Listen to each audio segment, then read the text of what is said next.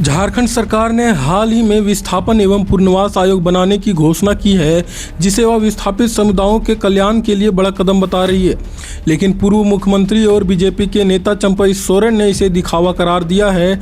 उनका कहना है कि यह आयोग बिना अधिकार, संसाधन या शक्ति के बनाया गया है। अगर आयोग के पास विस्थापितों को जमीन या आर्थिक मदद देने की ताकत नहीं है तो यह उनके जीवन में क्या बदलाव लाएगा। चंपई ने सवाल उठाया कि सरकार को विस्थापितों की स्थिति पहले से पता है, फिर यह आयोग कौन सी नई जानकारी देगा।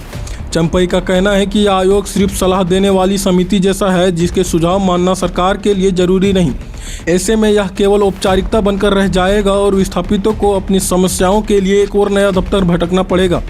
उन्होंने इसे विस्थापितों की भावनाओं के साथ खिलवाड़ और राजनीतिक फायदा उठाने की कोशिश बताया। चंपई ने मांग की कि अगर सरकार गंभीर है तो तुरंत विस्थापितों की मदद शुरू करे, न कि आयोग के नाम पर 3 साल तक समय टाले।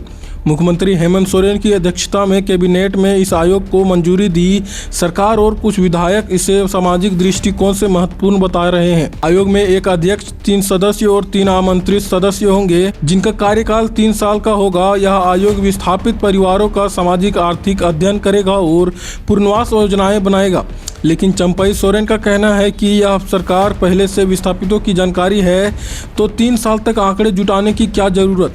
झारखंड में विस्थापन लंबे समय से मुद्दा बना रहा है। खनन, बांध और औद्योगिक परियोजनाओं की वजह से आदिवासी और मूलवासी समुदायों ने अपनी जमीन, संस्कृति और आजीविका खोई है।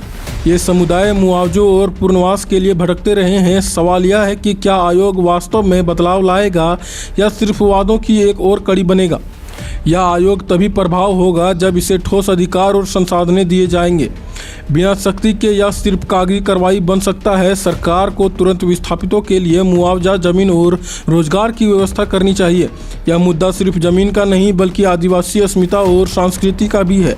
आप क्या सोचते हैं इस खबर के बारे में, हमें कमेंट में ज़रूर बताएं।